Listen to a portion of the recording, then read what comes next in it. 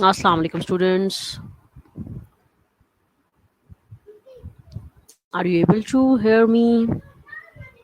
Post RN. Good evening.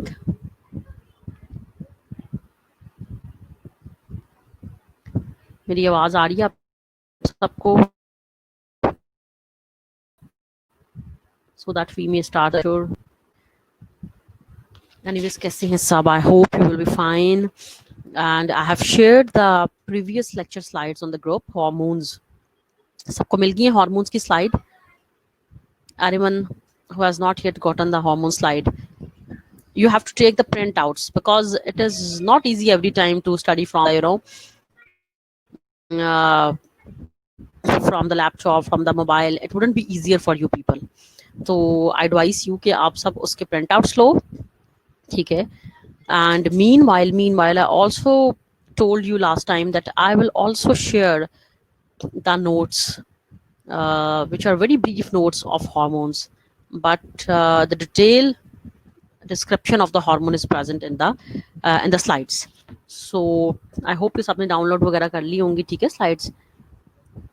So I'm going to upload the lecture, and as soon as it is going to upload, ठीक है, तो हम जो बाकी हमारे hormones which were left, because we have done with I think pituitary gland hormones only, जो बाकी रह गए हैं, today we will learn that. But just give me 4-5 minutes so that I may upload the lecture. Meanwhile, I am online and keep in touch with you. So if there are any questions from the previous lecture, you can simply ask. If there are any questions from the previous lecture, you can simply ask me. Anything about the hormones. Important thing is the mechanism of action of the hormones, which is quite important. और तुम लोगों के लिए थोड़ा सा new भी है basically hormones के फंक्शंस वगैरह के हार्मोन्स क्या करते हैं ये सब तो पता ही होता है बिकॉज तुम लोगों का भी क्लिनिकल साइड से ही लिंक है बट जो मैकेनिज्म ऑफ एक्शन है ना वो उसी तरह से है तो 3 स्लाइड्स लेकिन सिर्फ एक ही है बेसिकली जिसमें आप लोगों ने करना है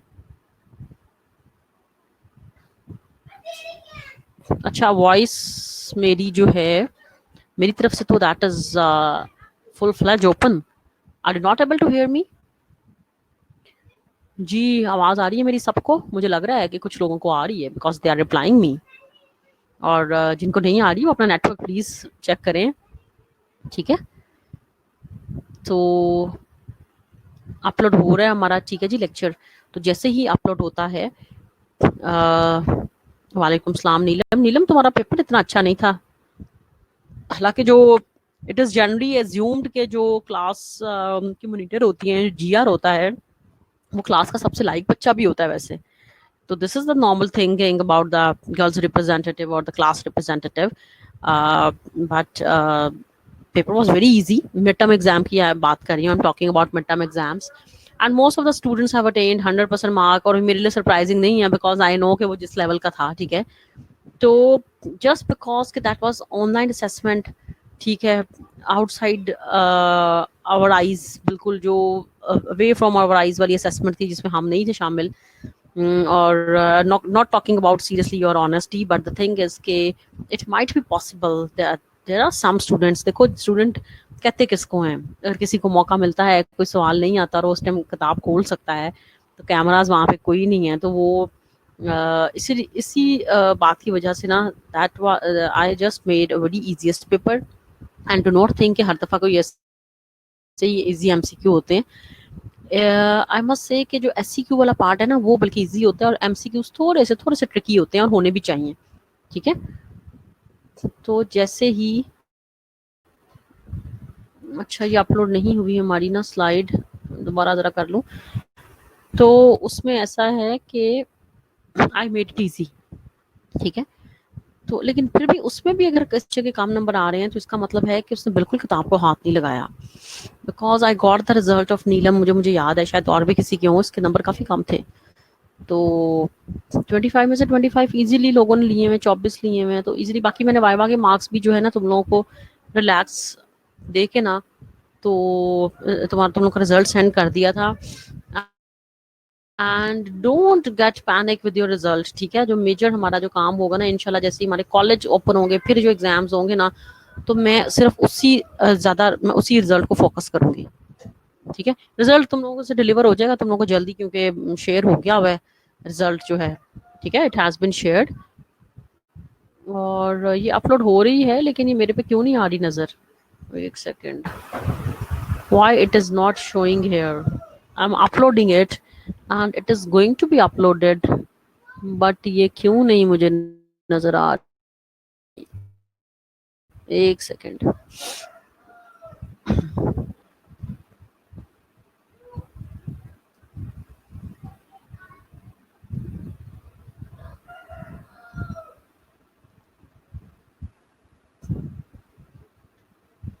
ठीक है जी, हो गई अपलोड तुम लोगों की।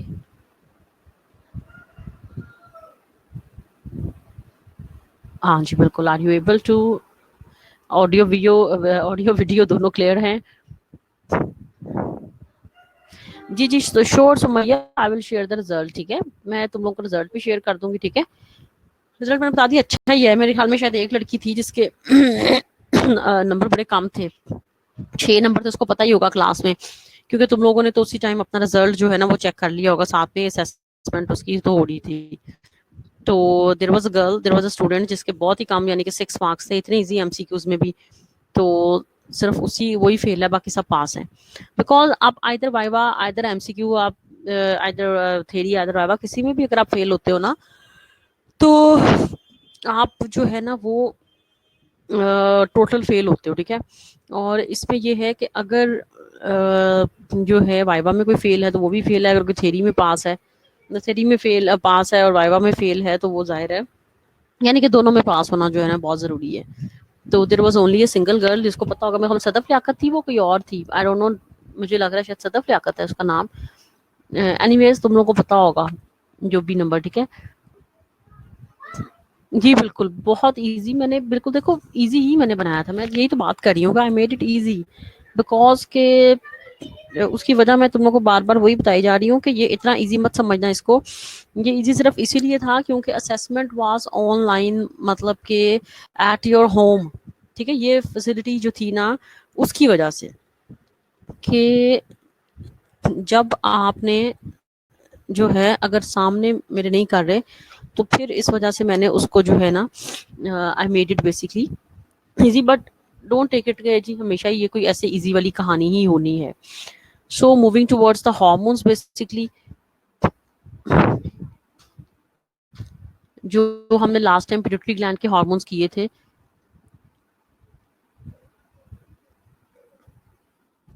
के बाद जो है ना अब नेक्स्ट हम देखते हैं कि कौन से हार्मोन्स हैं which we are going to do today, ठीक है। तो ये बेसिकली तो ये है कि चैप्टर काफी इजी है हार्मोन्स का ना।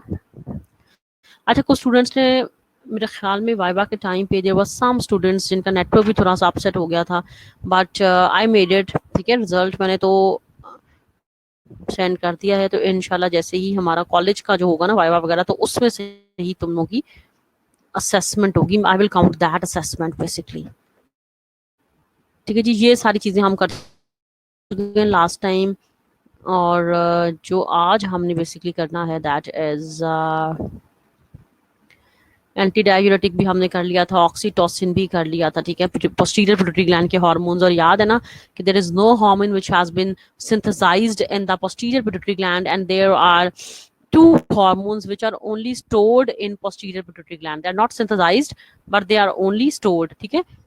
अब ये जो है last time I think we have done with calcitonin T3 and T4, इसके फंक्शंस हमने कर लिए थे। अब सबसे जो इंपॉर्टेंट एक और चीज है ना, that is mechanism of action, और तो हमने किया था जो फीडबैक मैकेनिज्म हार्मोन्स का है, कि once the hormone has been released in your body how it is regulated, इसकी रेगुलेशन कब होती है, रिलीज तो हो गया, स्टॉप कब होगा, ठीक है।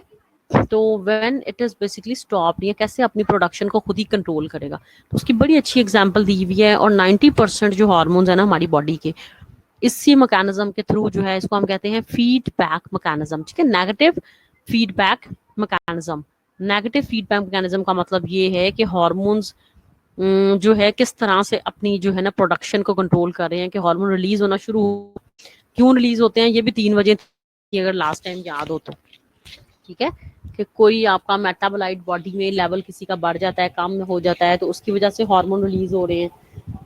या फिर दूसरी वजह मैंने बताई थी कि कुछ हार्मोन्स जब बॉडी में रिलीज होते हैं तो साथ में और हार्मोन्स की रिलीज का भी बायस बनते हैं। और तीसरी रीजन मैंने ये बताई थी कि there are certain hormones of the sympathetic nervous system which are released in certain situations of stress, anxiety, happiness, ठीक है। तो हमारी certain emotional situations को हैंडल करने के लिए बेसिकली कुछ हार्मोन्स भी बॉडी में रिलीज होते हैं। तो अब रिलीज तो हो गया, अब how it is stopped, basically process ने स्टॉप कब होना है, which is the important thing now.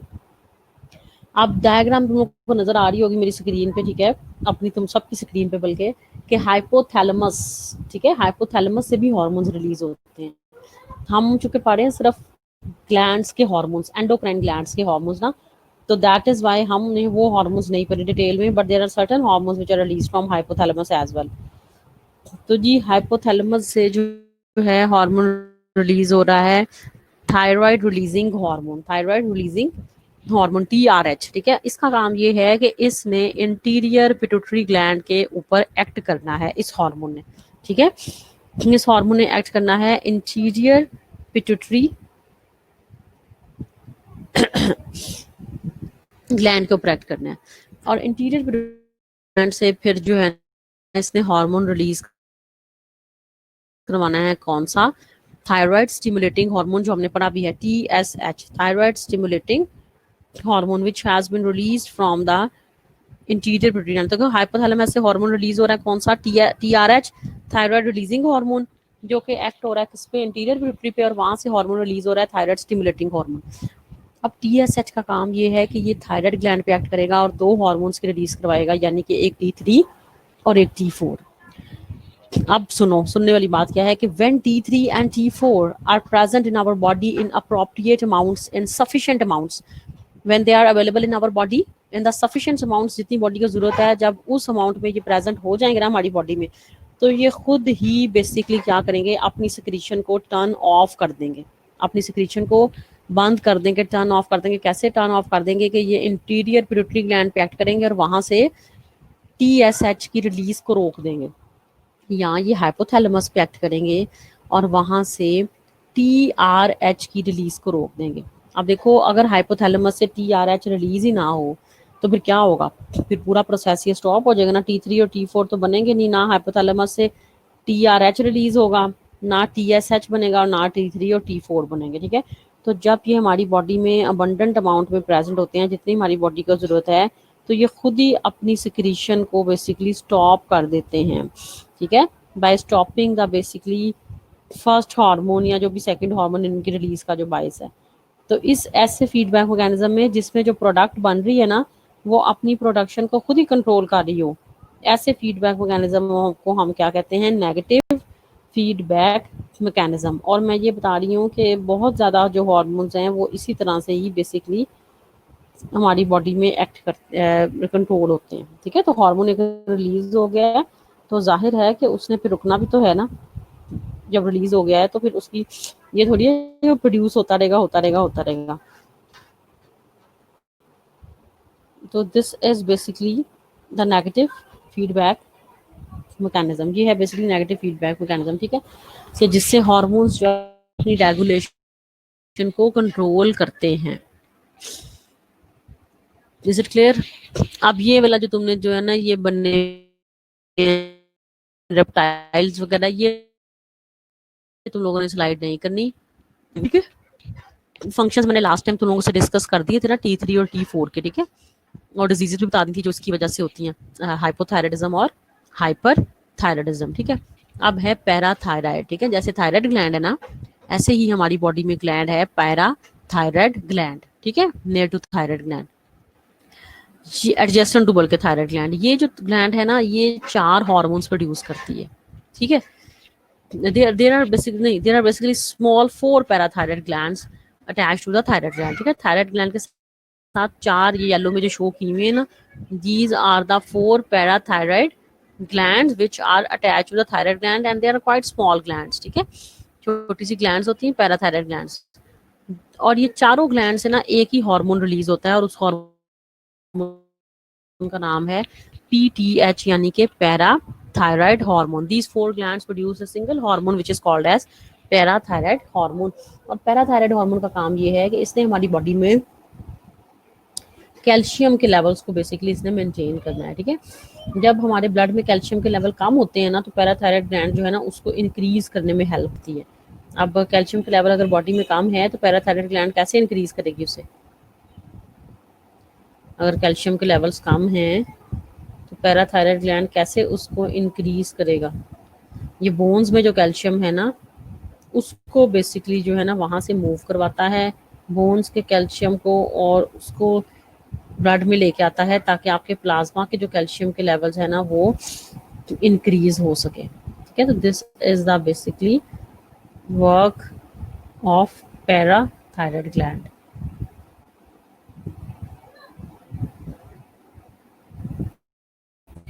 अच्छा जी, अब इसके अलावा क्या है कि essential that calcium is kept within the narrow limits for the muscle contraction including the heart. और ये बहुत ज़्यादा ज़रूरी है क्योंकि कैल्शियम जो है आपकी मसल कंट्रैक्शन के लिए बड़ा इंपॉर्टेंट है, हार्ट के लिए बड़ा इंपॉर्टेंट है। ठीक है, तो कैल्शियम के लेवल ज़ाहिर है ब्लड में कम नहीं होना चाहिए, और वैसे भी सेकेंडरी मैसेंजर भी है, और इसके अलावा ये है कि बोन्स के लिए भी बड़ा इंपॉर्टेंट है। ठीक है, बिल्कुल बोन से कैल्शियम को वहाँ, तो बॉडी में जो है ना आपके एक बोन्स में कैल्शियम है और एक आपकी प्लाज्मा में कैल्शियम है। तो पैराथायराइड का काम क्या है कि इसने प्लाज्मा के कैल्शियम को बढ़ाना है।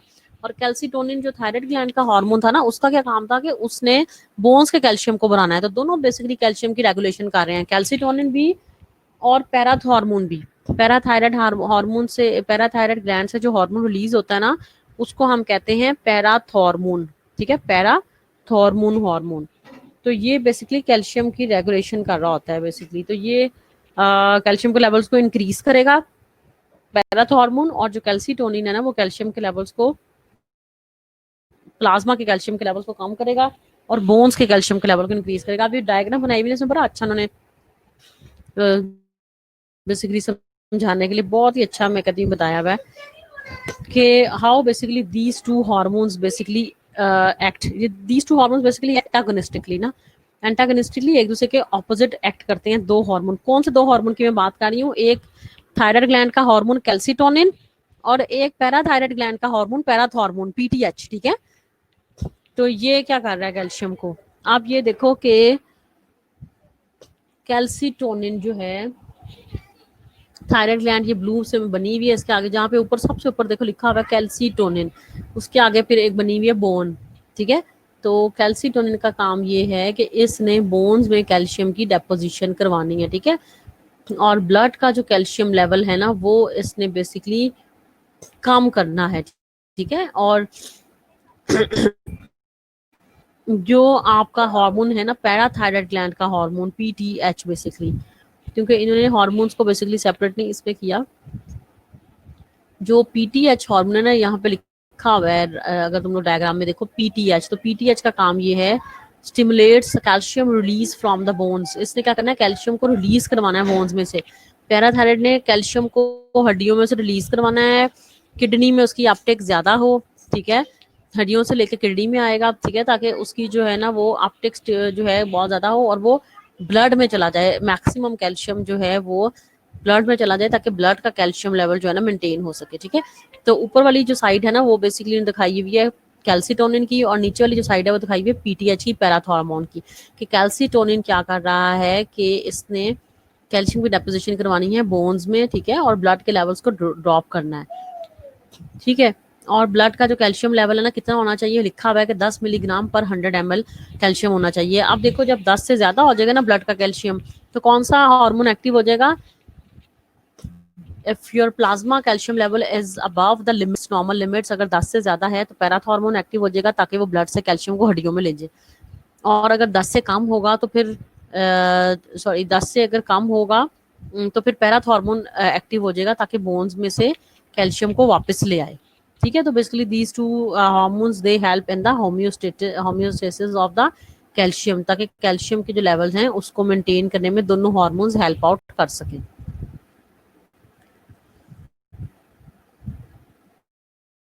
अच्छा जी, calcitonin secreted by the thyroid gland stimulates the calcium deposition in the bones and secretion by the kidneys, thus lowering the blood calcium। ठीक है, तो कैल्सिटोनिन ने ब्लड के कैल्शियम को काम करना है, बोन्स के कैल्शियम को डिपॉजिट करना है, ठीक है, और किडनी से भी जो है ना वो कम कैल्शियम एक्सक्रीट हो हमारी बॉडी से, उसको भी प्रिजर्व करना है। और पीटीएच का ज़ाहिर है इससे ऑपोजिट इफेक्ट है कि इसने बोन्स और किडनीज से कैल्शियम को समझो लेके आना है कि कैल्शियम प्लाज्मा के जो कैल्शियम लेवल्स है ना वो बढ़ सकें।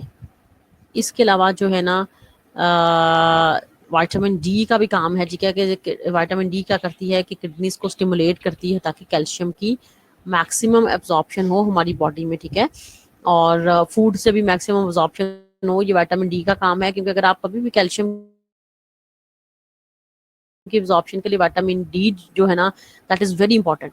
अगर आप सिर्फ कैल्शियम ले रहे हो विटामिन डी नहीं ले रहे तो फिर कोई फायदा नहीं है, क्योंकि वो आपका फिर वेस्ट हो जाएगा, एब्जॉर्ब नहीं होगा बॉडी में। तो कैल्शियम तो वहीं पे है, लेकिन अगर एब्जॉर्ब नहीं हो रहा तो मुझे बताओ उसका फायदा क्या है।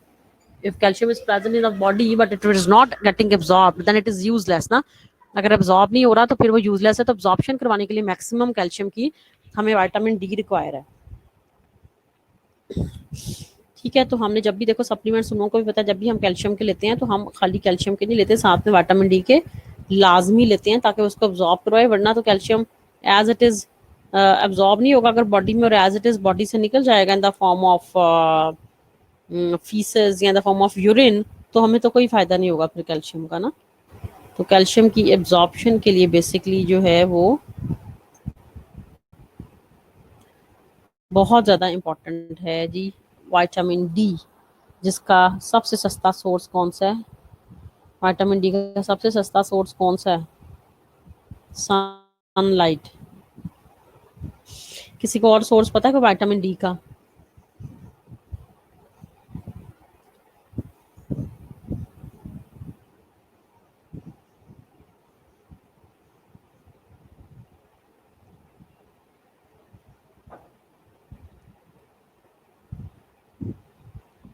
Any source of vitamin D?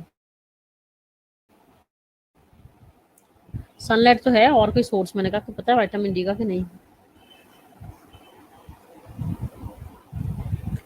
Vitamin D जो है ना मक्खन वगैरह में, दूध में, चीज में बहुत ज्यादा है, बटर में बहुत ज्यादा है, ठीक है, डेयरी प्रोडक्ट्स में ज्यादा होता है विटामिन डी।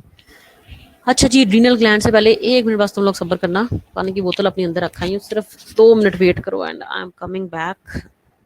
1 मिनट, बल्कि 1 मिनट।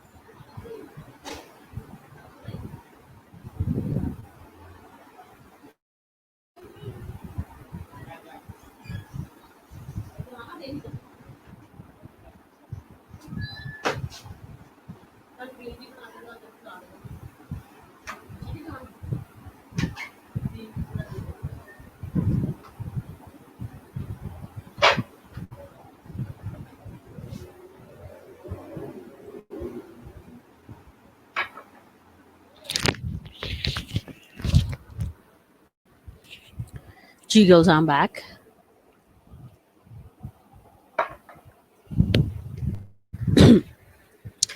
अच्छा जी, अब हम आ जाते हैं जी एड्रीनल ग्लैंड में। हाँ बिल्कुल, egg yolk is very rich source of vitamin D.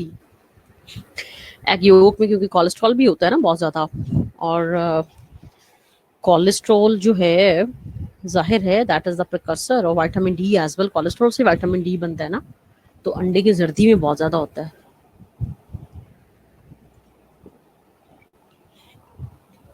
लेकिन विटामिन डी ज्यादा होता है ना, तो बेसिकली उसमें कोलेस्ट्रॉल भी बहुत हैवी है।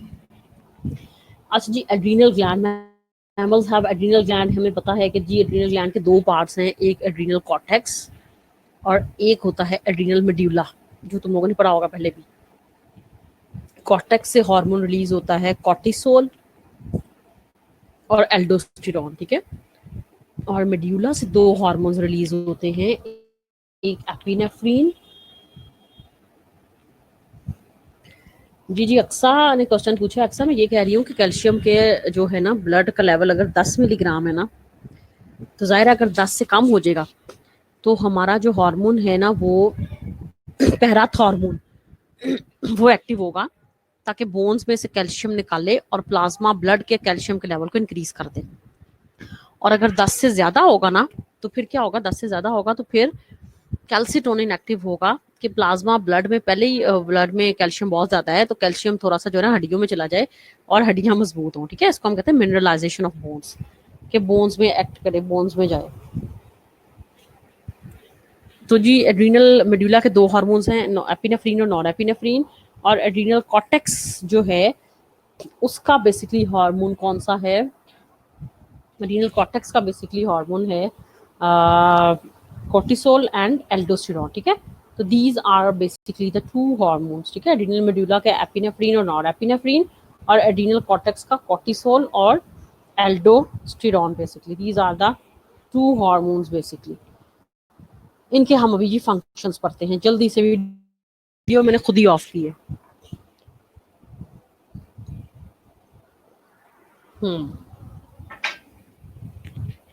Adrenal medulla releases the epinephrine, norepinephrine in the time of stress। जो मैंने बात की थी ना कि दो ऐसे हार्मोन्स हैं कि जो कि आपको स्ट्रेस की सिचुएशंस में बेसिकली हेल्प आउट करते हैं, ठीक है। एपिनेफ्रीन और नॉर एपिनेफ्रीन, ठीक है, they are the hormones of the sympathetic nervous system, और ये बेसिकली हेल्प करते हैं हमें स्ट्रेस की सिचुएशंस में। They are identical to the effects of the sympathetic nervous system but longer lasting, ठीक है। लॉन्गर लास्टिंग बेसिकली ये हेल्प करते हैं दोनों हार्मोन्स, और इनका काम सिर्फ स्ट्रेस को नहीं बस ये मैनेज कर देते हैं। जाहिर है कि स्ट्रेस को कैसे मैनेज करेंगे, या तो हमारा शुगर लेवल कम ज्यादा करेंगे, या ब्लड प्रेशर का लेवल कम ज्यादा करेंगे, ठीक है, या ब्लड फ्लो कम ज्यादा करेंगे। तो ये सारे फंक्शंस हैं बेसिकली एसोसिएटेड एड्रीनल मेडुला के साथ। सिर्फ ऐसे नहीं है कि खुशी मिली है तो बस खुशी को हम जो मैनेज कर रही है हमारी बॉडी, या गम बहुत ज्यादा मिलता है तो हम मैनेज कर रहे हैं, तो दो हार्मोन्स की वजह से उनमें ये हमारी बॉडी में सर्टन चेंजेस लेके आते हैं ये हार्मोन्स, जिसकी वजह से बॉडी कैपेबल होती है, या उसकी एबिलिटी ये होती है कि वो उन सिचुएशंस के साथ कोऑप कर सके, ठीक है। तो जाहिर है कि जैसे देखो, अगर आपकी स्ट्रेस में हार्ट बीट ज्यादा हो जाती है, या डर में या खौफ में दिल की धड़कन बढ़ जाती है, तो ये हार्मोन्स की वजह से है, ठीक है। स्ट्रेस में ब्लड प्रेशर बढ़ जाता है, ठीक है, ब्लड शुगर लेवल बढ़ जाता है। That is the basically functions of the epinephrine and nor epinephrine, ठीक है। तो इसमें एक जो है ना अगर ब्लड प्रेशर को कम कर रहे हैं ना, तो दूसरा ज्यादा कर रहा होता है। दोनों एक दूसरे को जो है ना काउंटर बैलेंस भी करते हैं दोनों हार्मोन्स। इसके अलावा ये जो सुना है ना तुम लोगों ने, रोंगटे खड़े हो जाना बेसिकली, ठीक है, कि हमारे जो cause the hair to stand on one end, ठीक है, कि जो है बाल खड़े हो जाना इस तरह से, ठीक है, रोंगटे खड़े जिसको कहते हैं, ये भी इन्हीं हार्मोन्स, इसी हार्मोन एपिनेफ्रीन और नॉर एपिनेफ्रीन की वजह से है। Adrenal cortex produces the steroid hormone cortisol, ठीक है। हाइड्रोकॉर्टिसोन तुम लोगों ने देखा होगा काफी, ये थोड़ी सी मेडिसिन में भी थोड़ा यूज होते हैं, बेसिकली स्टेरॉइड्स है ना ये। अब इसका जो काम है ना कि ये कार्बोहाइड्रेट मेटाबॉलिज्म में हेल्प कर रहा है, इसके अलावा प्रोटीन मेटाबॉलिज्म में भी ये हेल्प कर रहा है। यहाँ लिखा नहीं हुआ, लेकिन जो कॉर्टिसोल है ना ये कार्बोहाइड्रेट मेटाबॉलिज्म में भी हेल्प कर रहा है और प्रोटीन्स मेटाबॉलिज्म में भी हेल्प कर रहा है, और इसके अलावा जो है इन्फ्लामेशन को भी रिड्यूस करता है। Synthetic derivative such as prednisone are used as anti inflammatory agents. मैं ये बात कर रही थी कि ये जो हार्मोन है बेसिकली मेडिसिन वगैरह में भी यूज होते हैं और as a anti inflammatory agents भी यूज हो रहे हैं, ठीक है। और ये कार्बोहाइड्रेट मेटाबॉलिज्म में भी हेल्प कर रहा है, यानी कि ग्लूकोज के लेवल को इंक्रीज करने के लिए भी ये हार्मोन जो है हमारी बॉडी में हेल्प करता है। तो कॉर्टिसोल के बेसिकली 3 काम हैं, एक तो इन्फ्लामेशन को काम कर रहा है, कार्बोहाइड्रेट मेटाबॉलिज्म को स्टिमुलेट कर रहा है, और इसके अलावा प्रोटीन मेटाबॉलिज्म यानी कि प्रोटीन सिंथेसिस में भी ये हार्मोन बेसिकली हेल्प कर रहा है। अच्छा जी, कौन कह रहा है मेरी आवाज कट रही है? क्योंकि मेरी तो यहाँ से तो सिग्नल्स बिल्कुल ओके हैं, ठीक है। सुमैया शाहिद ब्रेक अभी दे देती हूँ, थोड़ा सा ये जरा हॉर्मोन्स कर लें, बस 5 मिनट बाद हम करते हैं नमाज की ब्रेक। असल में जैसे ही तुम लोग की क्लास स्टार्ट होने लगी थी ना, तो अजानें तो हो रही थी, तो आई थॉट, बट समटाइम्स फिर ये होता है कि कनेक्ट होने में फिर टाइम बहुत लग जाता है समटाइम्स ना, तो आई थॉट पहले कनेक्ट कर लूँ। जो एक दफा कनेक्ट हो जाए तो फिर थोड़ा सा रिलैक्स हो जाता है बंदा कि चलो at least it is connected. Because sometimes जो है ना एरर बहुत आ जाता है, तो फिर वो बच्चे ये ना समझे कि आज क्लास होनी है नहीं होनी। तो that is the reason I prefer कि पहले कनेक्ट हो जाए। तो नमाज की डेफिनेटली हम ब्रेक करते हैं, ये एड्रीनल कॉर्टेक्स का खत्म कर लें जरा, ठीक है। एड्रीनल कॉर्टेक्स से एक तो कॉर्टिसोल हार्मोन रिलीज हो रहा है ना, तो एक और हार्मोन रिलीज हो रहा है इससे, जिसको हम कहते हैं aldosterone. Aldosterone is also release from the adrenal cortex. Aldosterone acts in the kidney to promote the uptake of the sodium and other salts from the urine. अब आसान लफ्जों में कि एल्डोस्टेरोन का काम यह है कि बॉडी में जो सॉल्ट है ना, सोडियम, उसकी कंजर्वेशन कराता है, उसकी रेगुलेशन करवाता है, ठीक है। एल्डोस्टेरोन क्या करवा रहा है? सोडियम की कंजर्वेशन करवा रहा है, सोडियम की रेगुलेशन करवा रहा है, ताकि सोडियम जो है ना वो बॉडी से उसका वेस्ट ना हो ज्यादा, क्योंकि सोडियम तुम सबको पता है कि जी बॉडी का कैटाइन है कि एनाइन है sodium? Sodium is a cation और एनाइन? कौन बताएगा जल्दी से? ये तो हम सबको पता होना चाहिए। सोडियम में पॉजिटिव चार्ज होता है, नेगेटिव होता है?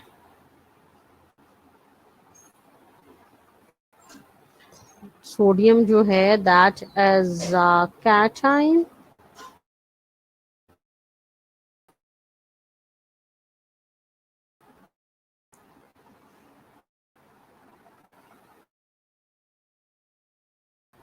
जी है जी, sodium, sodium is a cation basically. तो बेसिकली बॉडी में जो है ना सोडियम की रेगुलेशन करवा रहा है बेसिकली एल्डोस्टेरोन, ठीक है। और ताकि ये जो है ना यूरिन में वेस्ट ना हो, और बाकी सॉल्ट्स की भी definitely they salts are important in the nerve conduction के लिए, बड़े इंपॉर्टेंट है। इसके अलावा आयन चैनल्स हैं बॉडी के, ठीक है, प्लाज्मा मेम्ब्रेन की ओपनिंग और क्लोजिंग के लिए बड़े इंपॉर्टेंट होते हैं ये। हम सबको पता है कि प्लाज्मा मेम्ब्रेन सेलेक्टिवली परमेएबल होती है, कुछ मॉलिक्यूल्स को अलाउ करती है और कुछ के पैसेज को अलाउ नहीं करती। तो एल्डोस्टेरोन और जो पैराथायराइड हार्मोन है ना, they are two hormones essential for survival. Survival के लिए बड़े इंपॉर्टेंट है। देखो कैल्शियम भी बड़ा इंपॉर्टेंट है, अगर बॉडी से प्लाज्मा से कैल्शियम चला जाए तो वो भी बॉडी सर्वाइव नहीं करेगी, क्योंकि हार्ट के लिए बड़ा इंपॉर्टेंट है। और अगर सोडियम का भी लॉस बहुत ज्यादा हो जाए तो तब भी बॉडी सर्वाइव नहीं करेगी। तो एल्डोस्टेरोन और पीटीएच दोनों लाइफ के लिए बड़े इंपॉर्टेंट है। देखो सारे इंपॉर्टेंट तो सारे हार्मोन्स हैं, लेकिन सर्वाइवल के लिए सारे इंपॉर्टेंट नहीं है ना। देखो जैसे कि अगर आपका हम बात करते हैं फॉलिकल स्टिमुलेटिंग हार्मोन की, तो that is only important for reproduction, ठीक है। ऐसा नहीं है कि अगर वो हार्मोन कम है बॉडी में या नहीं बन रहा तो कोई लाइफ खत्म हो जाएगी, ठीक है। तो that is only important with the respect of the basically reproduction, के आपकी रिप्रोडक्टिव लाइफ जो है इससे इफेक्ट करेगी, वैसे उससे ऐसा कोई प्रॉब्लम नहीं आ रहा, ठीक है।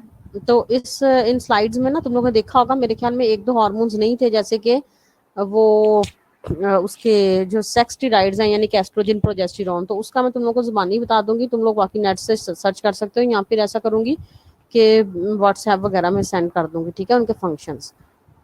तो अभी अगर तुम लोग ब्रेक करना चाहते हो तो ब्रेक कर लो नमाज की, ठीक है। और उसके बाद हम फिर ये डायबिटीज वाला हार्मोन ग्लूकागोन वगैरह वाले ना, ये हार्मोन फिर करते हैं, ठीक है क्लास, ठीक है। We are going for the नमाज ब्रेक, और उसके बाद जो है ना फिर हम ये डायबिटीज वाला करते हैं। Thank you.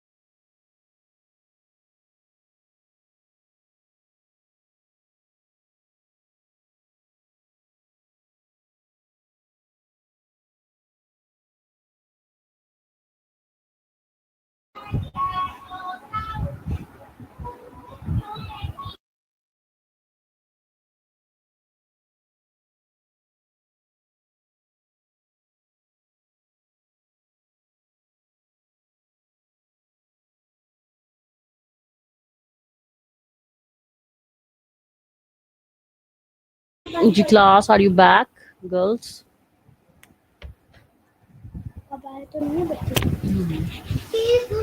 जी class, are you back? Survival के लिए इंपॉर्टेंट जो हार्मोन्स हैं वो लिखे हुए हैं भी, ये स्लाइड पे देखो सामने। एल्डोस्टेरॉन एंड पैराथायरॉयड हार्मोन जो अभी हमने पढ़ा है, पीटीएच और एल्डोस्टेरॉन, ठीक है।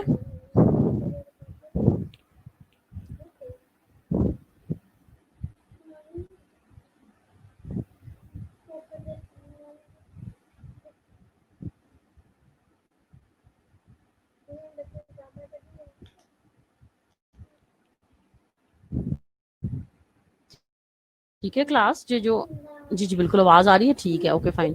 अच्छा जी, अब हम करेंगे पैनक्रियाज, ठीक है। पैनक्रियाज के दो इंपॉर्टेंट हार्मोन्स हम सबको पता है कि पैनक्रियाज जो है that is located behind the stomach, ठीक है, और it secretes the digestive system enzymes.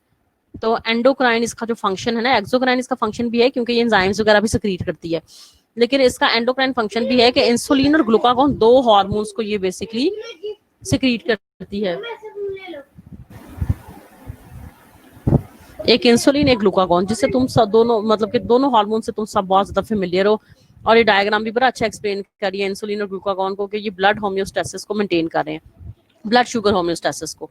इसी तरह की हमने पहले डायग्राम की है जिसमें बताया गया था कि कैल्शियम का होम्योस्टेसिस कैसे बॉडी में दो हार्मोन्स मेंटेन करते हैं। इसी तरह से जैसे कैल्सिटोनिन और पैराथायराइड हार्मोन कैल्शियम को मेंटेन कर रहे हैं ना हमारी बॉडी में, इसी तरह से इंसुलिन ग्लूकागॉन जो है दो हार्मोन हैं जो कि ब्लड शुगर लेवल को मेंटेन कर रहे हैं हमारी बॉडी में। They are going to maintain the blood sugar level in our body. अब इसमें देखो कि ये हम सबको पता है कि insulin contains islets of Langerhans, ठीक है, और इसमें दो तरह के सेल्स होते हैं, एक अल्फा सेल्स और एक बीटा सेल्स पैनक्रियाज में, ठीक है। तो जो इंसुलिन है ना ये पैनक्रियाज के बीटा सेल से रिलीज होता है हार्मोन, और जो ग्लूकागॉन है ये पैनक्रियाज के अल्फा सेल से रिलीज होता है हार्मोन, ठीक है।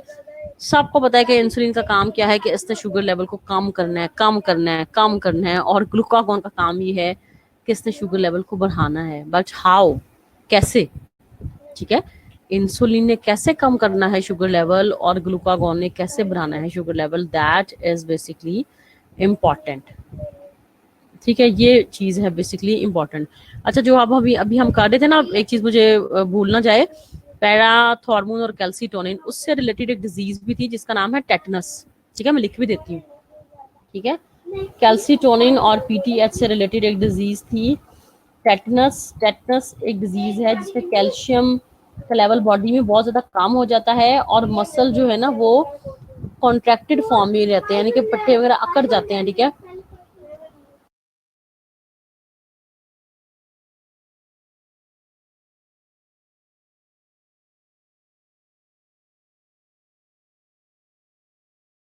ठीक है जी, तो दो हार्मोन्स हैं जो नो, टेटनस जो है ये क्या करती है, क्योंकि कैल्शियम की डेफिशिएंसी की वजह से होती है, और ये जो है कैल्शियम के लेवल्स इन लोगों में बहुत ज्यादा कम होते हैं, क्योंकि मसल्स तुम लोगों को पता है कि दो जो है उसके फीचर्स हैं उसकी एक्टिविटी के, एक कॉन्ट्रैक्शन है और एक है रिलैक्सेशन। तो अगर आपके मसल्स कॉन्ट्रैक्टेड फॉर्म में ही रहे, यानी कि रिलैक्स ना रहे, ठीक है, अगर सिर्फ कॉन्ट्रैक्टेड फॉर्म में ही रहे, रिलैक्स ना करें अगर वो, तो उससे फिर बीमारी हो जाती है टेटनस, और ये बड़ी पेनफुल कंडीशन होती है कि आपका पट्टे बिल्कुल अकड़ जाएं अगर कॉन्ट्रैक्टेड रिलैक्स ना हो, तो इस बीमारी को हम टेटनस कहते हैं, और ये कैल्शियम की डेफिशिएंसी की वजह से हो रही होती है। मैं हार्मोन तुम लोगों को बता रही हूँ, कौन पूछ रहा है मेरे से बार बार, नीलम, ये मैं लिख रही हूँ, पैराथॉर्मोन हार्मोन जो कि पैराथायराइड ग्लैंड का हार्मोन है, ठीक है। पैराथॉर्मोन जो कि पैराथायराइड ग्लैंड का हार्मोन है, और ये कैल्शियम को ब्लड में इंक्रीज करता है, ठीक है। मैंने लिख दिया पैराथॉर्मोन हार्मोन, ठीक है, लिख दिया मैंने। Is it clear? ये मैंने लिख दिया है कि कैल्शियम के लेवल्स को इंक्रीज कर रहा है, ठीक है। अब ये दो हार्मोन्स जो हैं, एक इंसुलिन और एक ग्लूकागॉन, एक मिनट बस।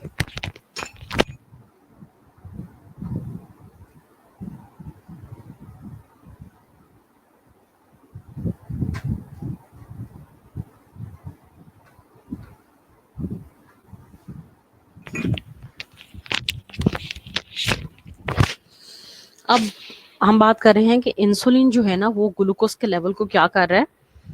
इंसुलिन ग्लूकोज के लेवल को काम कर रहा है, कैसे काम कर रहा है, ठीक है।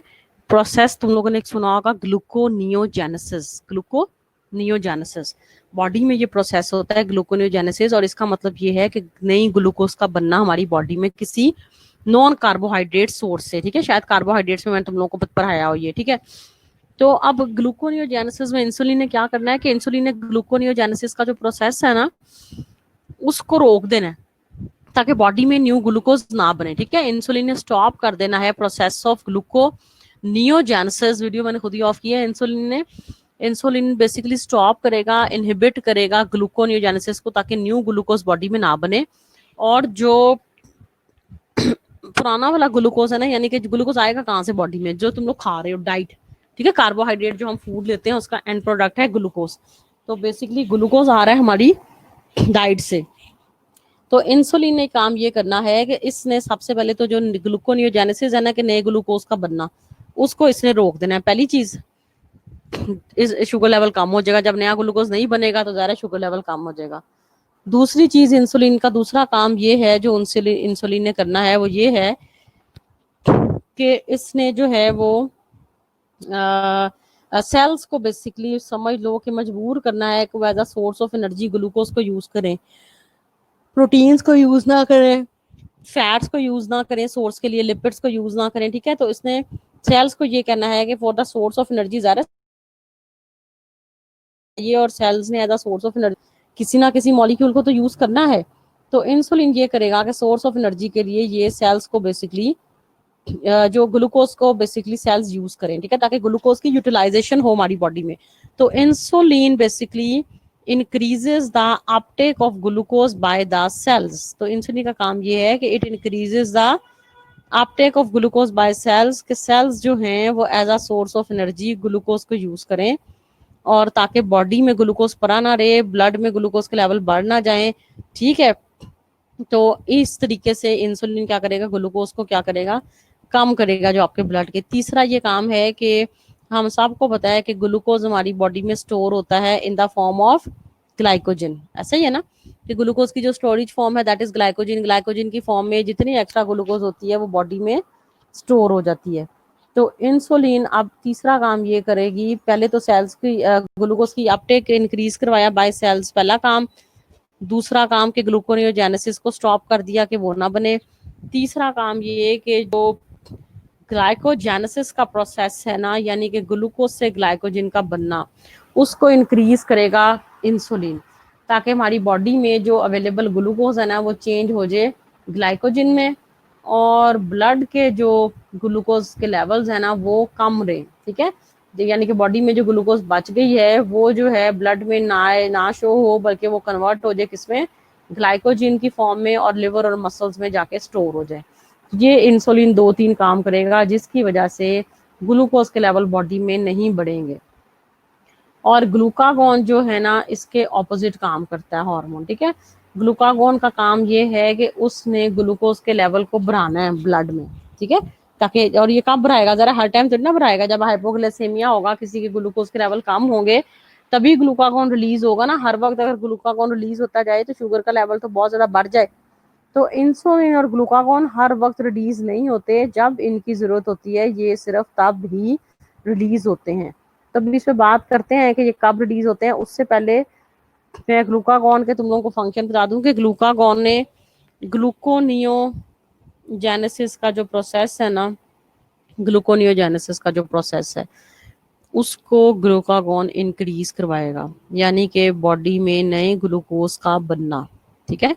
बॉडी में नए ग्लूकोज का जो बनना है इसको ग्लूकागॉन इंक्रीज करा रहा है, पहला काम। जब ग्लूकोनोजेनेसिस का प्रोसेस इंक्रीज करेगा तो जाहिर है शुगर लेवल बढ़ जाएगा। दूसरा इसका काम ये है कि इसने सेल्स को ये अपने जो है मजबूर करना है कि वो as a source of energy glucose को ना यूज करें, ठीक है। Cells as a source of energy glucose को यूज ना करें, बल्कि एनर्जी के सोर्स के लिए जो सेल्स है ना वो यूज करें किसको, फैट्स को यूज कर लें, प्रोटीन्स को यूज कर लें, ठीक है, ताकि ग्लूकोज आपका सेव हो जाए और ब्लड का ग्लूकोज लेवल बढ़ जाए। तीसरा ग्लूकागॉन ने ये करना है कि ग्लाइकोजेनेसिस को रोकना है, यानी कि ग्लूकोज से जो ग्लाइकोजन बन रहा है ना उसको ये रोकेगा ताकि ग्लूकोज के लेवल कम ना हो। और चौथा ये ग्लाइकोजिनोलाइसिस। ग्लाइकोजिनोलाइसिस का मतलब ये है कि ग्लाइकोजन का ब्रेक होना, लाइसिस का मतलब यानी कि टूटना। तो बॉडी में ग्लाइकोजिनोलाइसिस को इंक्रीज करेगा ग्लूकागॉन, यानी कि पहले से जो हमारी बॉडी में ग्लाइकोजन बनी हुई है ग्लूकोज से, वो जो है ना ग्लाइकोजन दोबारा ब्रेक हो और ब्रेक होके हमें क्या मिलेगा, ग्लूकोज। ठीक है, तो ग्लाइकोजन को ब्रेक करेगा ग्लूकागॉन हार्मोन ताकि हमारा ब्लड, हमें ग्लूकोज दोबारा मिल जाए जो स्टोर हुआ था बॉडी में, और ब्लड ग्लूकोज लेवल हाई हो जाए। अब दोनों हार्मोन्स कब बॉडी में एक्टिव होंगे, कब रिलीज होंगे, हर वक्त तो नहीं हो सकते। तुम सबको पता है कि ग्लूकोज के नॉर्मल लेवल्स क्या हैं, फास्टिंग, रैंडम, सबको पता है क्या है ग्लूकोज के नॉर्मल लेवल। कौन बता रहा है मुझे? तुम लोगों की भी जरा पार्टिसिपेशन, मैं इसलिए चेक करती रहती हूँ कि कौन कौन सो रहा है और कौन कौन जाग रहा है। ग्लूकोज के नॉर्मल लेवल्स, लड़के किधर हैं? हबीबुल्ला, शहजाद, कितने लड़के? लड़के रिप्लाई करें जरा, ग्लूकोज के नॉर्मल लेवल्स क्या हैं?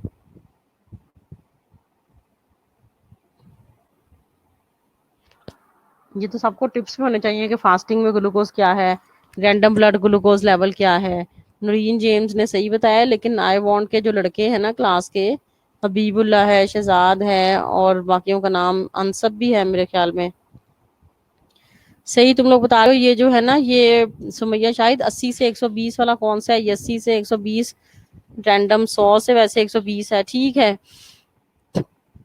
हाँ जी नुदरत, तुम लोग जाग रहे हो। मैं तो सिर्फ इसीलिए लड़कों की बात की थी। लड़का देखा, किसी का रिप्लाई नहीं आया, किसी लड़के ने जवाब नहीं दिया, ना हबीबुल्ला ने, ना शहजाद ने, ना जो बाकी एक आधा और है उसने। यही बस मैंने चेक करना था। अच्छा, नो फास्टिंग जो है बिल्कुल ठीक है कि 70 से 100 मिलीग्राम पर डेसीलीटर फास्टिंग है। और जो रैंडम है ना, वो कुछ बुक्स में 100 से 120 लिखा हुआ है। ठीक है, आलिया ने बिल्कुल सही बताया, रैंडम 100 से 120 ही है। आजकल में यही हो गया हुआ है, पहले किसी जमाने में हम ज्यादा पढ़ते थे लिमिट, तो 100 से 120 जो है ना वो रैंडम है। अब देखो, अगर फास्टिंग में किसी का ब्लड ग्लूकोज लेवल जाहिर है अगर 50 हो जाएगा, यानी कि कम हो जाएगा, हाइपोग्लाइसीमिया हो जाएगा, तो फिर ग्लूकागॉन रिलीज होगा। ठीक है, इंसुलिन रिलीज नहीं होगा, क्योंकि इंसुलिन का काम तो ग्लूकोज को कम करना है। और अगर किसी का ब्लड ग्लूकोज लेवल 120 की बजाय 170 हो जाता है, 200 हो जाता है, यानी कि हाइपरग्लाइसीमिया जब हो जाएगा, तो उसमें फिर क्या होगा कि इंसुलिन रिलीज होगा। तो these hormones are not released all the time, they are only released whenever they are needed in our body. जब इनकी जरूरत होती है, ये सिर्फ बॉडी में तभी रिलीज होंगे, हर वक्त जो है ना ये हार्मोन्स हमारी बॉडी में रिलीज नहीं होते। अब जी, अगर इन हार्मोन्स की डेफिशिएंसी होगी तो कौन सी डिजीज होगी, ये हम सबको ही पता है। इसी पे मैं जा रही हूँ। ये डायबिटीज मेलाइटस, ठीक है, एक हमने पढ़ा था डायबिटीज इंसिपिडस। ठीक है, जो के होती है, किस वजह से डायबिटीज इंसिपिडस होती है, कौन से हार्मोन की वजह से? Diabetes insipidus.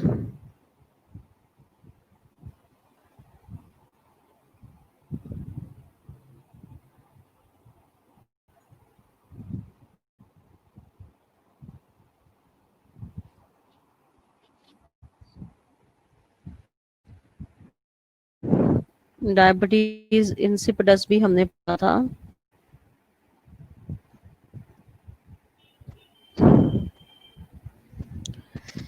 अच्छा जी, डायबिटीज इंसिपिडस हो रही है एडीएच की वजह से, बिल्कुल ठीक। आलिया, नीलम, गुड। सुमैया शाहिद, ठीक। ठीक है, तो डायबिटीज मेलाइटस हो रही है इंसुलिन, और जाहिर है इंसुलिन की डेफिशिएंसी की वजह से, ग्लूकागॉन की नहीं, इंसुलिन की डेफिशिएंसी की वजह से। तो डायबिटीज मेलाइटस जो है बड़ी कॉमन है एशिया में, पाकिस्तान में, ठीक है, बाहर के मुल्कों में। और इसकी जो है ना वजह दो हो सकती हैं। एक तो ये है कि आपकी बॉडी में बाय बर्थ जेनेटिकली जो है ना वो इंसुलिन हार्मोन जो है ना उसकी डेफिशिएंसी है, बहुत कम रिलीज हो रहा है, जितनी बॉडी को जरूरत है ना उससे काफी कम रिलीज हो रहा है। दूसरी वजह ये हो सकती है कि इंसुलिन तो रिलीज हो रहा है, लेकिन इंसुलिन के जो रिसेप्टर्स हैं बेसिकली वो प्रेजेंट नहीं है। ठीक है, जिसकी वजह से ये सेल्स पे एक्ट नहीं कर सकता। ठीक है, बॉडी में इसके रिसेप्टर्स प्रेजेंट नहीं है, hormone is there but there are no receptors. Receptors basically काम करते हैं एज अ एंटीना का। जैसे पुराने जमाने में टीवी होता था ना, अब तो एलईडीज वगैरह, कोई एंटीने का चक्कर नहीं, केबल शेबल आ गई है। तो पहले एंटीना होता था जो कि बॉडी, जो कि टीवी को बेसिकली सिग्नल्स को कैच करता था और तस्वीर आती थी, ठीक है ना। तो अब अगर इसके एंटीना आपके सेल पे प्रेजेंट नहीं होंगे, यानी कि सेल्स जो हैं इसको रिकॉग्नाइज नहीं करेंगे कि ये जो है ना हार्मोन हमें इसको सेल्स रिकॉग्नाइज करेंगे अगर इंसुलिन को, तो तभी ये सेल के अंदर आ सकेगी ना, सेल मेम्ब्रेन को क्रॉस कर सकेगी।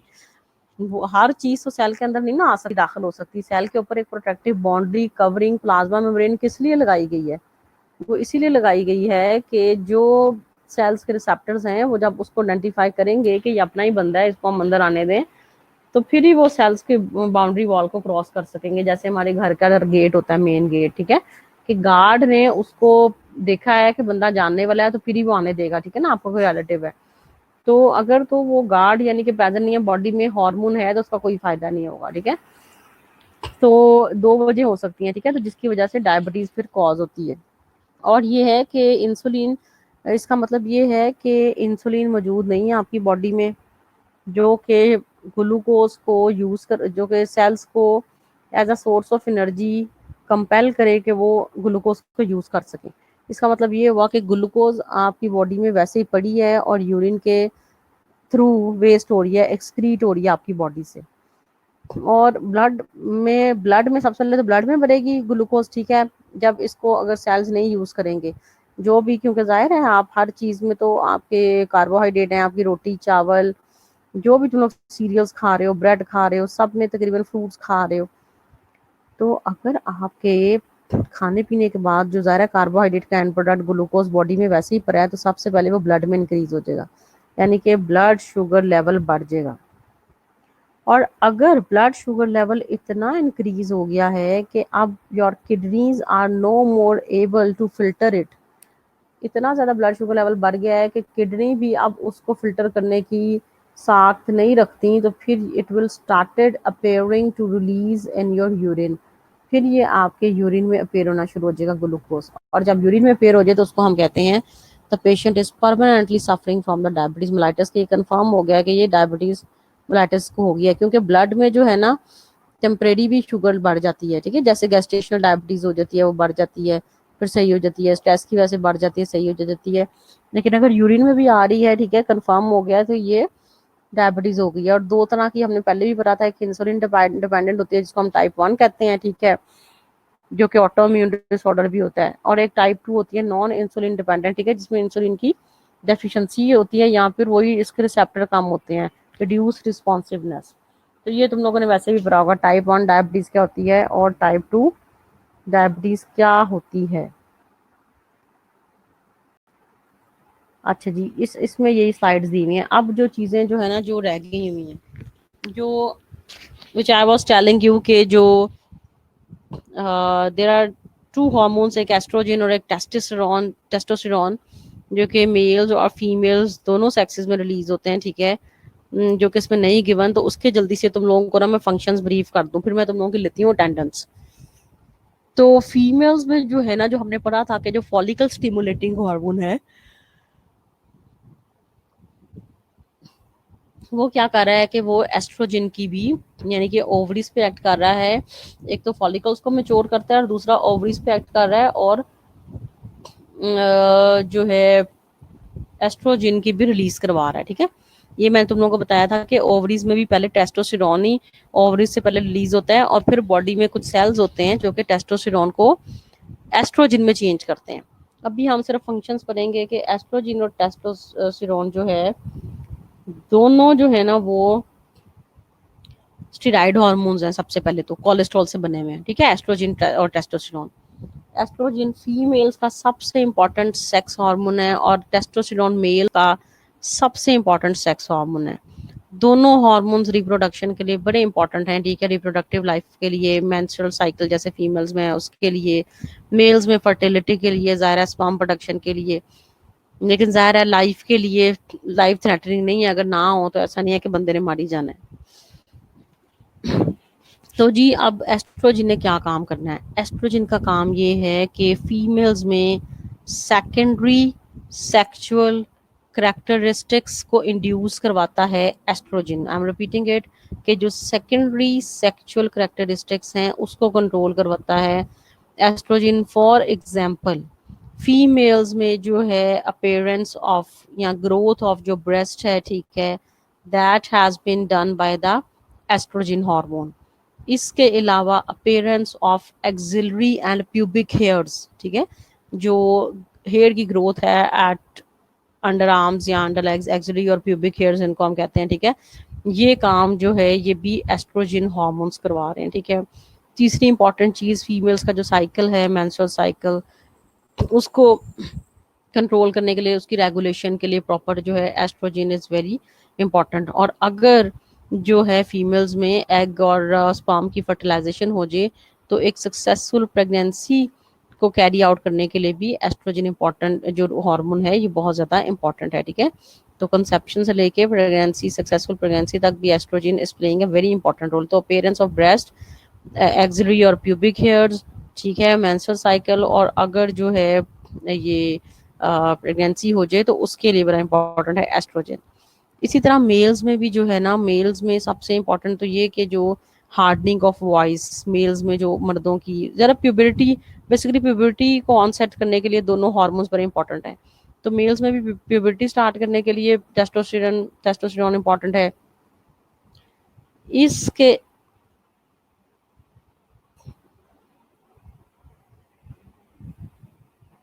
इसके अलावा जो है ना, मेल्स में जो है एक तो hardening of voice, broadening off shoulders, ठीक है, मेल्स की जो फिजिक एक बिल्कुल शोल्डर्स भी ब्रॉड हो जाते हैं, ठीक है, ये भी टेस्टोस्टेरोन इसमें भी रोल प्ले कर रहा है। तो मेल्स में जो है broadening of, hardening of voice, hardening, ठीक है, आवाज का भारी हो जाना। इसके अलावा वही अपीयरेंस ऑफ माउस्टिक एंड बियर्ड, ठीक है, बियर्ड और माउस्टिक को कंट्रोल कर रहा है। इसके अलावा मेल्स में जो है वही ग्रोथ एक्सिलरी और प्यूबिक हेयर्स की, और प्रोडक्शन ऑफ स्पर्म्स, ठीक है, स्पर्म प्रोडक्शन के लिए। तो ये एस्ट्रोजन और प्रोजेस्टेरॉन के रोल हैं। तो अगर ये जाहिर है ये दोनों हार्मोन मेल या फीमेल किसी में भी डेफिशिएंट होंगे तो फिर डिजीज होगी जिसको हम कहते हैं हाइपोगोनाडिज्म, ठीक है। हाइपोगोनाडिज्म में ज़्यादा गॉनड्स वगैरह वो वैसे ज़्यादा एफएसएच और एलएच की वजह से होती है, ठीक है। तो इनकी डेफिशिएंसी से जाहिर है कि जो है फर्टिलिटी बेसिकली वो अफेक्ट करेगी। और अगर इसकी ओवर एक्टिविटी है तो ऐसा कोई खास नुकसान नहीं है इन हार्मोन्स की, एस्ट्रोजन और टेस्टोस्टेरोन। तो ये दो हार्मोन्स थे जो कि यहाँ पे गिवन नहीं थे, लेकिन तुम लोग को इजीली नेट से भी ये मिल सकते हैं। तो this was about the hormones. और नेक्स्ट टाइम जो है ना फिर इंशाल्लाह कोई और चैप्टर देखते हैं। आप तुम लोग मुझे नजर आ रहे हो सिर्फ 18 रजिस्टर्ड इस टाइम ना, तो 40 में से हम 18 की अटेंडेंस लगाऊं, इसका मतलब सिर्फ। तो अपनी अपनी जो अटेंडेंस है ना वो जरा ऑनलाइन हो जाओ बाकी भी, ताकि मैं तुम लोगों की ना, मॉडरेटर भी आजकल मुझे इन्होंने दिया हुआ है, ताकि मैं तुम लोगों की अटेंडेंस को जरा कैप्चर कर लूँ, स्क्रीनशॉट ले लूँ। और कोई क्वेश्चंस हैं तुम लोग इजीली पूछ सकते हो, मैं तब तक तुम लोग की अटेंडेंस ले रही हूँ, ठीक है। हम online, I am taking your attendance. तो बाकी भी जो है ना 18 के बाद बाकी भी, सिर्फ यहाँ पे 18 ही है, बाकी भी अटेंडेंस जो है ना ऑनलाइन हो जाए।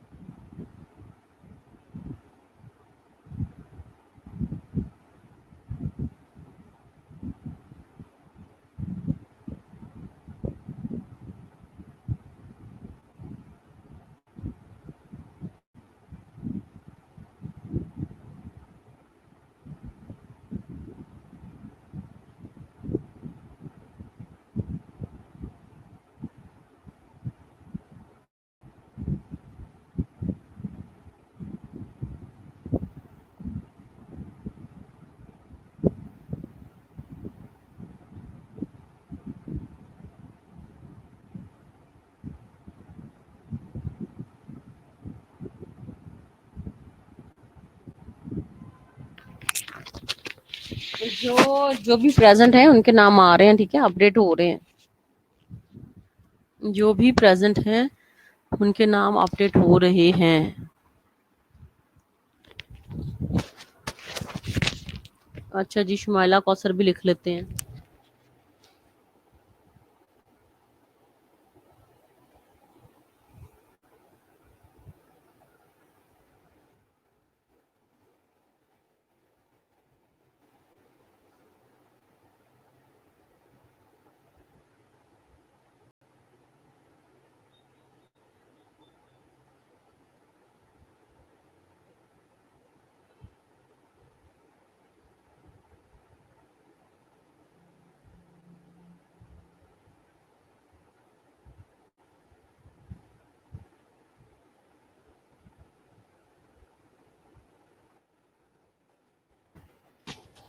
जी, और भी जो प्रेजेंट है मुझे बता दें, कोई क्वेश्चंस हैं तो तुम अभी मुझे पूछ सकते हो।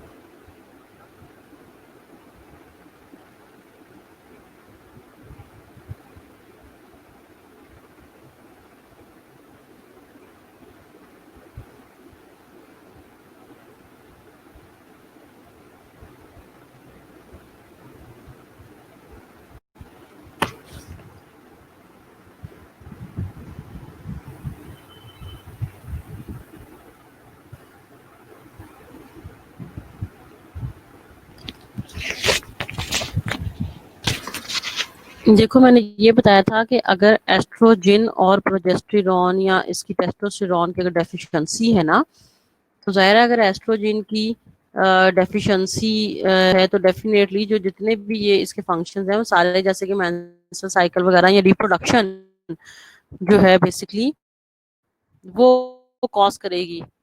ठीक है, तो एस्ट्रोजन की जो डेफिशिएंसी जो है ना, उसका कोई ऐसा खास डिजीज का नाम नहीं है, लेकिन डेफिशिएंसी ज़्यादा रिप्रोडक्शन विल इफेक्ट। ठीक है ना, यानी कि मेनोपॉज हो सकता है, जो है मेंस्ट्रुअल साइकिल जो है उस वो इफेक्ट करेगा, रिप्रोडक्शन इफेक्ट करेगी। ठीक है, तो अगर इसके एस्ट्रोजन, और इसके अलावा तुम सबको पता है कि एस्ट्रोजन जो है वो ऑस्टियोपोरोसिस से भी लिंक करती है, अगर इसके लेवल्स लो हो जाएं। ठीक है, तो ये ऑस्टियोपोरोसिस को भी कॉज करती है। तो इस तरह की डिजीजेज हैं। सर्वाइवल के लिए अक्सर मैंने पहले ही बताया है, कितनी दफा बताऊं, पैरा थायराइड ग्लैंड पड़ी है ना, उसका जो हार्मोन है वो, और एक हमने पढ़ा था एल्डोस्टेरॉन। हाँ, हाइपोगोनाडिज्म मैंने कहा था फॉलिकल स्टिमुलेटिंग और ल्यूटिनाइजिंग हार्मोन से ज्यादा है, क्योंकि वो गोनेट्स के हार्मोन्स वो हैं, वो एफएसएच और ल्यूटिनाइजिंग हार्मोन की डेफिशिएंसी की ये डिजीज है। ठीक है, हाइपोगोनाडिज्म।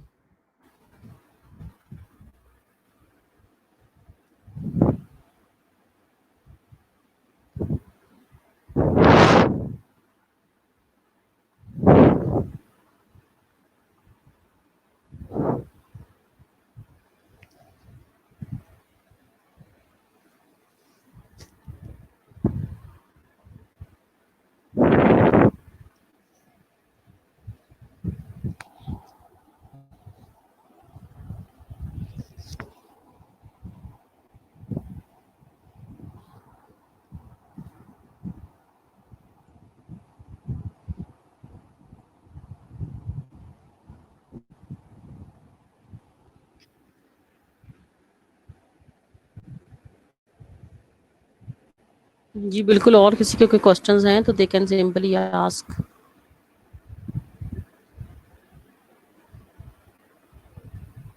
अच्छा जी, अब ये 13 लाइव आउट ऑफ 30 रजिस्टर्ड 13 हो गए हैं अब लाइव। भागने की बस तुम लोग जो है ना वो किया करो। नेक्स्ट टाइम हम इंशाल्लाह जो है ना हम कर रहे हैं जी, नेक्स्ट टाइम कौन सा चैप्टर करें तुम लोगों के जो है ना हार्मोन्स, और इसके बाद में हमें एंजाइम्स हमने नहीं किया, तो नेक्स्ट टाइम ना बायोकेमिस्ट्री की बुक से ही है एंजाइम्स, तो वो वाला चैप्टर हम इंशाल्लाह ना स्टार्ट करेंगे अगले बुध को। बाकी इंशाल्लाह आई होप कि 15 से शायद तुम लोग के कॉलेजेस वगैरह भी ओपन हो जाए, कोई ऐसा सीन भी बन जाए, उम्मीद तो है, लेकिन देखो क्या बनता है। फ्रॉम 15।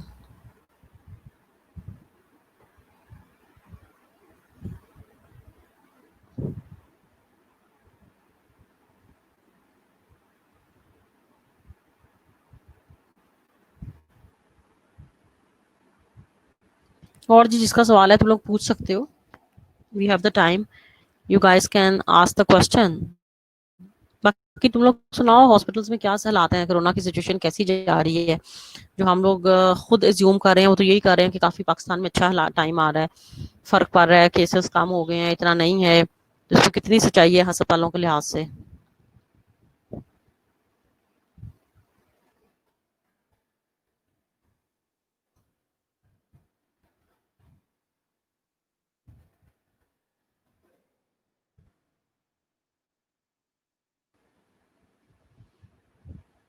कोरोना के हवाले से क्या है अपडेट्स।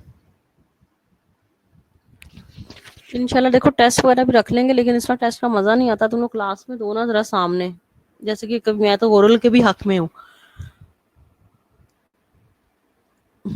हालिया सही कह रही हो, खत्म किया जा रहा है, दोबारा आ रहे हैं, बिल्कुल ठीक, मुझे भी लग रहा है कि अगर इन्होंने जिस तरह से लॉकडाउन इन्होंने खोल दी है ना, तो आई एम ऑल्सो फीलिंग कि इस लॉकडाउन की वजह से जो है ना ऐसा ना हो जाए कि पेशेंट्स जो है ना वो बढ़ जाएं, क्योंकि जिन मुल्कों ने ये गलती की है ना जल्दी, उनके साथ तो ऐसा ही हुआ है। तो मुझे लग रहा है कि ये कोरोना की सिचुएशन ऐसी ना हो जाए कहीं।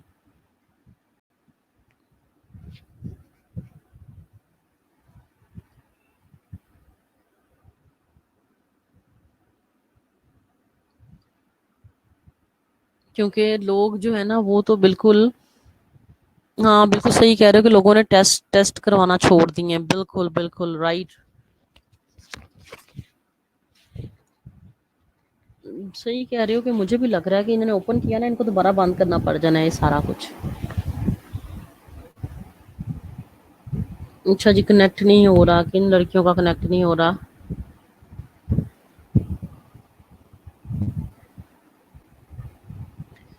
ये गर्ल्स आर वेरी राइट कि कोरोना, मुझे भी यही लग रहा है कि ये बिल्कुल ख़त्म कर रहे हैं, ठीक है, और हो नहीं रहा। और दूसरा ये कि देखो जिसका गला खराब है या जिसको कोई सांस वगैरह अगर नहीं आ रहा, हर बंदा तो समझता ही नहीं है ना कि मुझे कोरोना भी हो सकता है, और लोग डरते हैं, बेसिकली टेस्ट भी नहीं ना कराने जाते।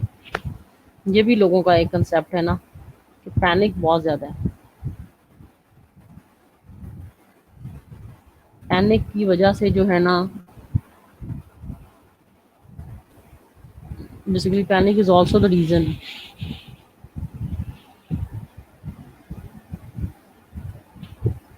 हम्म, सही सही सही, बस मुझे भी लगता था कि मीडिया जो है ना वो काम ही कुछ बता रहा है, ऐसा नहीं होगा कि एकदम से बिल्कुल ही गायब हो जाए कोरोना, और लोग सारे यही समझ रहे हैं। बल्कि यही बातें मैं भी जानने वालों से सुन रही हूँ जी, कोई कोरोना शरोना नहीं, कुछ भी नहीं था। कुछ तो अभी तक बिलीव ही नहीं कर रहे हैं कि था भी कि नहीं, ऐसे भी कुछ लोग हैं ना, वो कहते कुछ नहीं मुसलमानों, कुछ नहीं, अल्लाह से डरो, बस अल्लाह ने मौत देनी है, कोरोना ने क्या करना है। इस तरह की भी मैंने बहुत ज़्यादा बातें जो है ना मैंने सुनी है basically.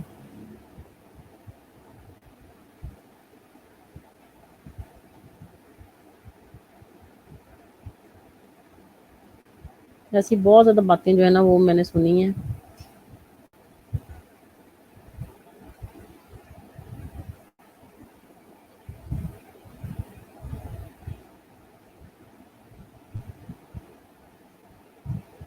Still people are not believing it ना।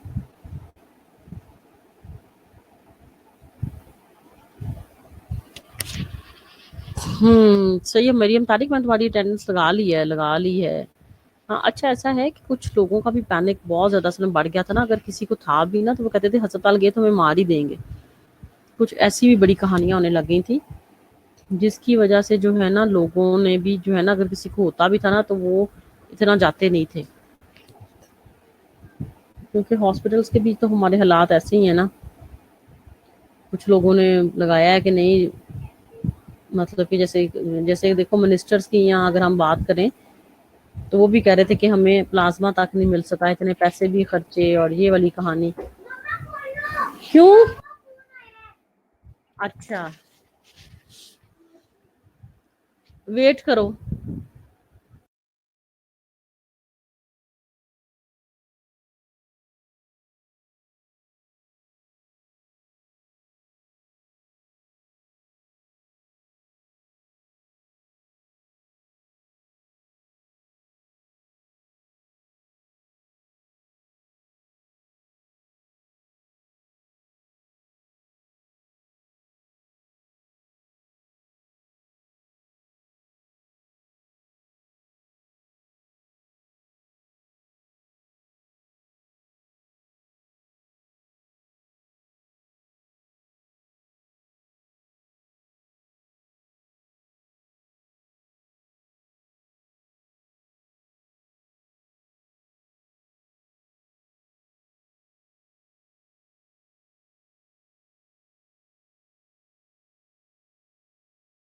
जी तो class, hello hello hello. Mariam, Tare, Kalia Chaudhary, तुम सबके मैसेजेस में पढ़ रही हूँ। हाँ बिल्कुल बिल्कुल, फॉरेन कंट्रीज में भी ऐसा ही हुआ जिन्होंने जो है ना वो बेसिकली लॉकडाउन वगैरह नहीं ज्यादा रखा ना, तो उनमें हालात ऐसे ही रहे हैं। बिल्कुल सही कह रहे हो तुम लोग।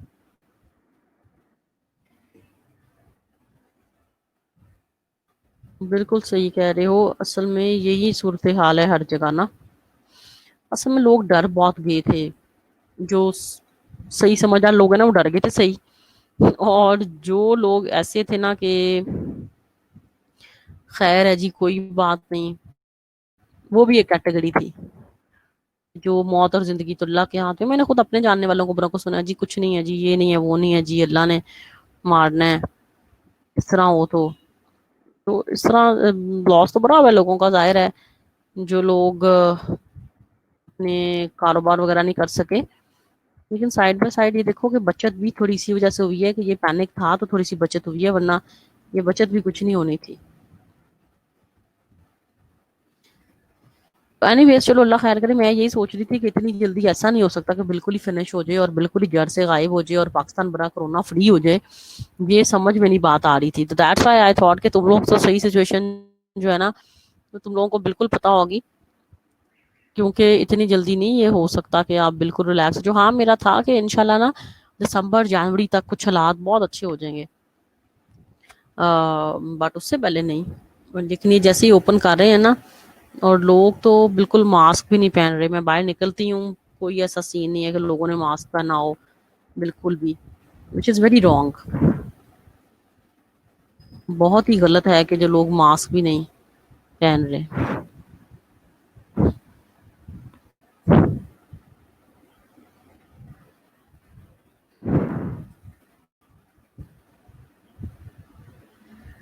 खैर तुम लोग अपना बचाव करो, तुम लोगों के लिए ज्यादा जरूरी है।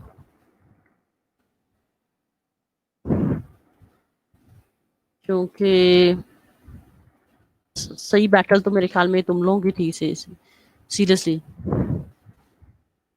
Because it is not easy कि आप ऐसे हालात में जो है ना वो कोरोना, पता है कि एक बीमारी है और आप लगे हुए हो, that is not easy seriously. तुम लोगों की बड़ी हिम्मत है इसमें। चलो एनीवेज, नेक्स्ट वीक फिर मुलाकात होती है तुम लोगों से। टिल देन बाय, और अगले हफ्ते फिर देखते हैं।